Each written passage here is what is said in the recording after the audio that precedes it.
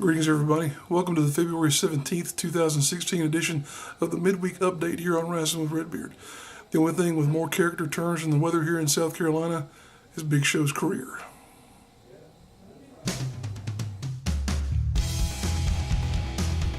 Number 5 story of the week is that Sonny wants Chyna in an adult movie. Yeah, just when you thought it was safe to let the kids start watching the Midweek Update here on Rasslin with Redbeard again, I go and pull out a story like this. It's come to pass that apparently Sonny is now pretty hardcore into her hardcore movie career, pun intended, and she's now looking to recruit someone like Chyna for a Vivid Video production. Chyna, of course, has already been down this path. She's done those things herself, so it's only somewhat natural for her to maybe approach this as an opportunity for a bit more money from whatever she's making out of her career at this point in time. I have to say, though, that I would be surprised if she goes through with it. Not that we've really heard anything from her as a response from what Sonny has put out in the press here so far. But I would be surprised if she went forward with it because of the fact that she seems to be trying to make efforts towards getting back in the good graces of WWE and various other individuals for the purpose of maybe, getting into the Hall of Fame at some point in time. And she's not going to do that with a continuation of the type of behavior that Sonny would have her engage in. So let's see what happens. It would probably be a big hit, I'm sure, amongst a lot of people. But yeah, kind of hate to see this as the way that certain divas' careers have wound up. But they make their own choices and they live by their own standards. What can you say? Number 4 story of the week is rumored matches for WrestleMania 32. This is a kind of a crazy scenario because typically by this point in the year, when it comes to WrestleMania, we already pretty well know who's going to be in what matches. However, this year has been a total abomination in terms of anything, in terms of stability regarding the creative process in WWE, with everyone being hurt or in some cases having to retire or saying we're not going to be around that long after WrestleMania, as we've been hearing here the past couple of days for a few talents. It's been very difficult for them to plan anything, and for that reason they've only got a couple of matches that seem to be at all stable or at all confirmed at this point in time. The only thing that we really know for sure is that there's going to be, of course, title matches. You're going to have a World Heavyweight Championship match, you're going to have a Tag Team Championship match, an Intercontinental title match, a U.S. title match, Divas Championship, but we don't know what the configuration will be. The only thing that we do know seemingly for sure is that Triple H is going to be the champion come WrestleMania. Who he faces in the main event at WrestleMania, we have no idea. Could be Brock Lesnar, could be Dean Ambrose, could be Roman Reigns. Some fuel was added to the fire in terms of the thought that Dean Ambrose might get a shot by virtue of the fact that he lost the Intercontinental title to Kevin Owens on Raw this past week. The thing about that, though, is that I wouldn't put a whole lot of stock into it just yet, because it just doesn't make sense for him to have the IC title if he's going to be realistically engaged in the chase for the WHC. We'll have to see what happens there, but I think that's the prospect, the talent with the prospect for the most to have a big impact coming out of Fastlane, the pay-per-view this weekend. If Dean Ambrose loses at Fastlane, where does he go? What do you have for him at that point in time? Does he continue to antagonize Roman Reigns seemingly for a month and turn heel? Or what exactly? Do you just bump him back down to the mid-card and have him continue feuding with Kevin Owens or what? It would seem like he's either going to advance or he's going to tread a whole lot of water for another month. But other stuff on the card, people are looking forward to there potentially being a reunion of the 4 horsewomen from NXT in some way, shape, or form. The 2 biggest, I think, opportunities for there to be a somewhat indie car crash style match are, of course, the 2 mid-card titles, the Intercontinental title or the United States Championship. I'm kind of leaning towards the United States Championship as being the car wreck this year, because with Kalisto having the title at this point in time, that would invite a lot of cruiserweight type action into that match. So we'll have to see there. The Intercontinental title, I'm hoping winds up being Kevin Owens versus AJ Styles, but here again, we just don't know. And that's fun. It is a lot of fun to have to sit here and speculate about what's going to be going on at WrestleMania. Because as I mentioned in the opening of this part of the program, for years we've known at this point in the year what was going to be happening at WrestleMania. And this year we don't. And the biggest question maybe is, who will The Undertaker face? No idea. People think it's Brock Lesnar, but if he winds up winning the match here this weekend at Fastlane, then what happens there? So we'll just have to wait and see. But there are some rumored matches out there, but a lot of fun speculation at the same time. Number 3 story of the week is CM Punk's MMA woes. Punk here in the past week has had a lot going on in regard to his MMA career.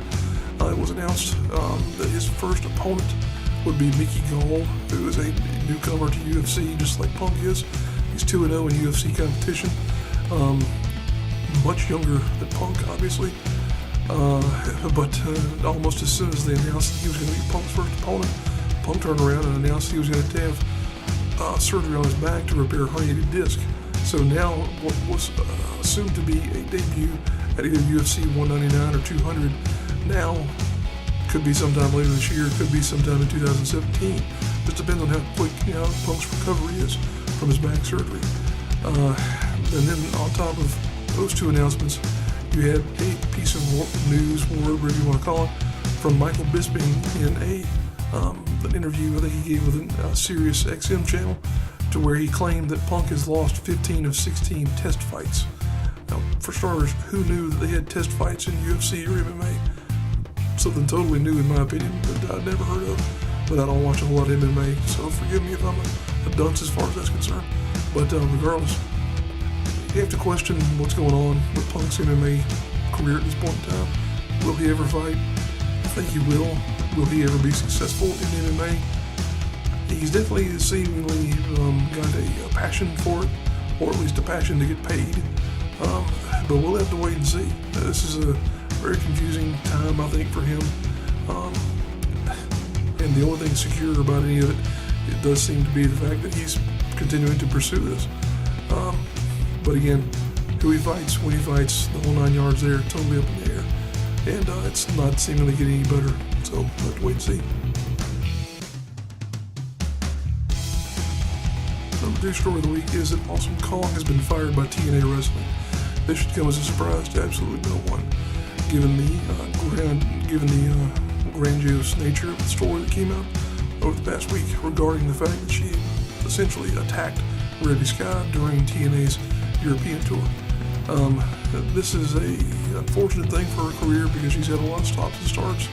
She's had a lot of successes as well along the way, but at the same time, for her to have something like this happen, it was a personal decision that she made. It was something that she lashed out in regard to. It's just a bad deal, and you hate the whole scenario for her because she is an entertaining individual. She's a very unique individual, but she's just had a lot of stuff that has come up to hamper her career, and now she's had a very bad decision continue to hamper the development of her career. There's rumors, of course, that she may be going somewhere else. Japan, WWE has come up. She's been associated with an Instagram account that was posting some cryptic messages that may or may not have kind of implied that she was in discussion with WWE, but I don't think any of that was legitimate. Chances are she'll be fine in terms of her overall longevity, but you have to just wonder what was going through her mind at that point in time and what the precursor was to her attacking Reby Sky in that way. Definitely was not a good thing to do, especially not in the climate of TNA with Matt Hardy being in the position that he is in. Of course, Reby is Matt Hardy's spouse, so I have to wait and see what happens with her, but for the time being, she's one less paycheck in the bank there. And the number 1 story of the week is that Titus O'Neil has been suspended for what? This is a story that's gotten a lot of legs, and rightfully so, because it's a story that is very peculiar and very odd and very crazy for several different reasons. The story goes, if you were watching Raw this past week, or during, the week before in Daniel Bryan's retirement ceremony, the McMahons were leaving the stage on the Raw set there, and Titus O'Neil, for one reason or another, decided to grab Vince McMahon's arm. The story goes that he was trying to save ladies first, as if to say that Stephanie should have been allowed to go in front of him. Regardless, he grabbed Vince, not in a violent way. He just, touched him. And then Vince turned around and shoved Titus back. Not too violently, but definitely to the point where you could see it on TV. You could see it very clearly from the crowd as well. So people were left wondering what happened there. And the development from there was that McMahon essentially decided that he wanted to fire Titus. Had to be talked out of firing Titus and gave him instead a 90-day suspension in conjunction with some other things in terms of fines and what have you that were going to more or less put him out of action way through WrestleMania. When the story began to get picked up by the press, there was an article, I think, in the New York Post that had some racial allegations that were tied to it, and that seemed to bring the suspension down to 60 days. The internal wording was that it was for conduct detrimental to professionalism and to standards, and the word going around was that this was to show some kind of a sign or to be a warning to other talents, to cover your butts and to act like you've got some sense in dealing with executives and whatnot. Regardless, there's two ways of looking at this in my opinion. One is to say this was a really grossly exaggerated reaction by McMahon and all involved. Then the other is to say, what was Titus thinking? And I can kind of sit in between the two groups there in terms of the opinion of what is going on here. Because on the one hand, while I'm sure he may have been entitled to his opinion in terms of saying, hey, ladies first, but there's also the point in the matter of there being a time and a place for certain things.